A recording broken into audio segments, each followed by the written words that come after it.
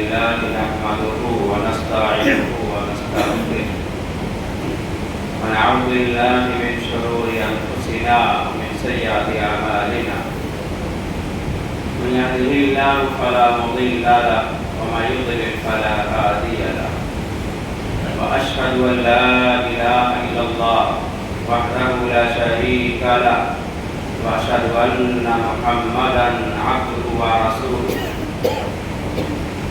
أما بعد فإن خير الحديث كتاب الله وخير الهدى هدى محمد صلى الله عليه وسلم شر الأمور محدثاتها وكل محدثة بدعة وكل بدعة ضلالة وكل ضلالة في النار.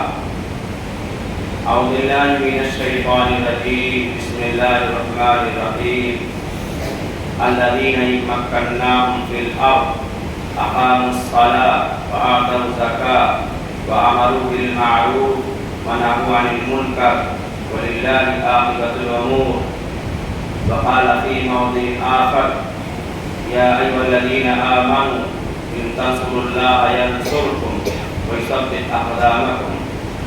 وقال النبي صلى الله عليه وسلم: مانع الزكاة يوم القيامة في النار. رواه الطبراني. محترم قابل قدر حاضرین، دینی بھائیو، بزرگوں اور دوستوں، اللہ کی توفیق اور اس کے احسان کے فضل میں ہم سب کو اللہ میں حاضری ملی اور اس کے پیغام کو سن کر کے عمل کی توفیق کی ہم سب اللہ سے ایک تحقیق مانگتے ہیں. حاضرین، موقع کی مناسبات کو نگاہ میں رکھ کر کے خطابات ہوتے رہتے ہیں.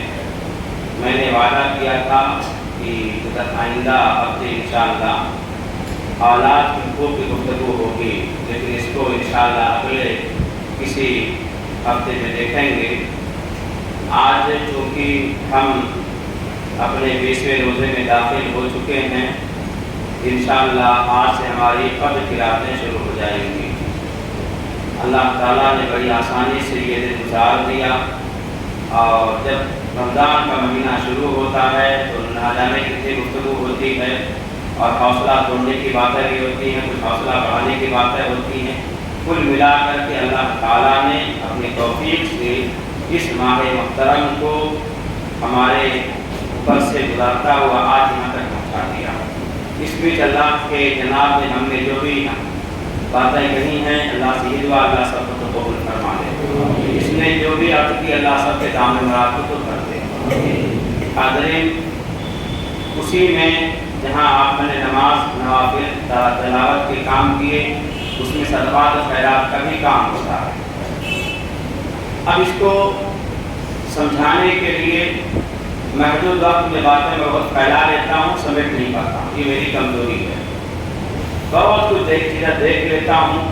جب آ کر بیان کرنے کا اتفاق ہوتا ہے تو گھڑی دیکھتا ہوں اور اپنی باتیں دیکھتا ہوں، تو میں اس ترتیب کو سیٹ نہیں کر پاتا. میں مختلف شروعات اس طرح کرتا ہوں کہ اللہ رب العالمین نے سورہ حج کی اس آیت میں مسلمانوں تمہارا ایک مقصد بتلایا ہے کہ تم اسلام کی نعمت پالو گے اور ترتیب اسلام کے نظام کو قائم کرنے کا موقع پالو گے. تو اللہ نے ایک جملہ دہرایا ہے جو پہلی آیت میں ہے کہ اللہ ایسے شخص کی ضرور مدد کرے گا جس کے دین کی مدد کرے گا. سورہ حج کی آیت کے جہاں سے میں نے تلاوت کی اس سے پہلے یہ ہے کہ اللہ ایسے شخص کی ضرور مدد کرے گا جس کے دین کی مدد کرے گا. تو اسی جملے کو سیٹ کر لیجئے کہ اللہ اس کی ضرور مدد کرے گا جس کے دین کی مدد کرے گا. تو اللہ ہماری کیا مدد کرے گا؟ حالات کے مطابق ہمیں جس چیز کی حاجت دنیا میں رہ کر حاصل ہونی چاہیے اللہ سب پورا کرے گا. یہ ہے، آپ عزت کی زندگی گزارنا چاہتے ہو، آپ لوگوں سے بے نیاز رہ کے رہنا چاہتے ہو، دین پہ امن و امان سے چلنا چاہتے ہو، اللہ سب کی توفیق دے گا آپ کو جب اس کے دین کی آپ مدد کرو گے. اللہ کے دین کی مدد کی شکل کیا ہوگی؟ آپ کی ذاتی زندگی میں، آپ کے سماج میں، آپ کے مسلمانوں کے ماحول میں اسلام کا ایک نمایاں کردار جھلک رہا ہوگا. یہ ہے اب اللہ فرماتا ہے جن کے اندر یہ خوبیاں ہیں ان کی خوبی کیا ہے؟ الذین مکناہم فی الارض، یہ ہمارے وہ بندے ہیں جن کو زمین پہ قدم جماتا ہوں، اقاموا الصلاۃ، نماز کے پابند ہوتے ہیں۔ کیا یہ تصور کیا جا سکتا ہے کہ مسلم سماج ہو بے نمازی ہو؟ نہیں ہو سکتا، بالکل نہیں ہو سکتا ہے، لیکن حالات ایسے ہی ہیں کہ ہم مسلمان ہیں بے نمازی ہیں۔ اب ان کمیوں کو پا کر اللہ کی رحمت کے مستحق بننا چاہو، یہ کیسے ہو سکتا ہے؟ الذین مکناہم فی الارض اقاموا الصلاۃ وآتوا الزکاۃ، حقوق اللہ بھی ادا کرتے ہیں، حقوق العباد کا بھی خیال کرتے ہیں، بھلائی کی تلقین کرتے ہیں، برائی سے روکتے ہیں، اور جو بھی کام یہ میرے بندو تم سے ہو پاتا ہے یہ محض میری توفیق سے ہو پاتا ہے۔ وَلِلَّهِ، آپ لوگوں کو حکم یہی ہے کہ تم بھلائی پہ چلنے کی توفیق پا لو، برائی سے روکنے کی توفیق پا لو، اور ہر وہ خیر کا کام جس کو کر کے مجھ کو راضی کر سکتے ہو یہ محض میری توفیق سے تم پاتے ہو۔ یہ اللہ رب العالمین نے اس آیت میں ہمیں سمجھایا ہے، اور اسی دوسری آیت کو ثابت کرنے میں پڑھا، اے ایمان والو اگر تم اللہ کے دین کی مدد کرو گے اللہ تمہاری مدد کرے گا اور تمہاری قدم جما دے گا۔ آج کے دور میں ہر ملک کا یا کوئی دنیا کا مسلمان اس کے قدم کو جمانے کا مطلب یہ ہوگا کہ دنیا ظلم کے جتنے پہاڑ توڑنا چاہے توڑ لے، لیکن مومن کا ایمان میں لچک نہیں آئے گی۔ اس کا مطلب یہ ہوگا وَيُثَبِّتُ أَقْدَامَكُمْ، اللہ تمہارے قدم کو جما دے گا، اس کو اکھاڑنے والے اکھاڑنے کی لاکھ کوشش کریں گے پر ایمان والوں کے ایمان پہ آنچ نہیں آئے گی۔ لہذا آج مسلمان بلبلائے، روئے، چیخے، چلائے، ساری داستان سنائے، وہ پلٹ کے اپنی کمی کو یاد کرے۔ جب یاد کرے گا تو پتہ چلے گا واقعہ یہی ہے کہ میں نے اپنی کمیوں کا ایسا خمیازہ اکٹھا کر لیا ہے جس کا آج روز بند میرے سامنے منڈلا رہا ہے۔ تو اب میں کہنا کیا چاہوں گا؟ کہنا یہ چاہوں گا کہ اللہ رب العالمین نے انسانی کمزوری کو سمجھانے کے لیے چند آیات کو سمجھایا ہے۔ پہلی آیت پڑھیے سورہ عادیات کی، وَإِنَّهُ لَحُبُّ الْخَيْرِ لَشَدِيدٌ، انسان مال کی محبت میں خوب مبتلا ہے، مال کو جمع کرنے میں جی جان سے لگا ہوا ہے ایک، اور وَتُحِبُّونَ الْمَالَ حُبًّا جَمًّا، تم مال کی محبت میں پوری طریقے سے گرفتار ہو۔ إِنَّمَا أَمْوَالُكُمْ وَأَوْلَادُكُمْ فِتْنَةٌ، تمہارے مال، تمہاری اولاد تمہاری آزمائش ہے۔ یہ انسان کی کمزوریاں ہیں، انسان کی کمزوریاں ہیں۔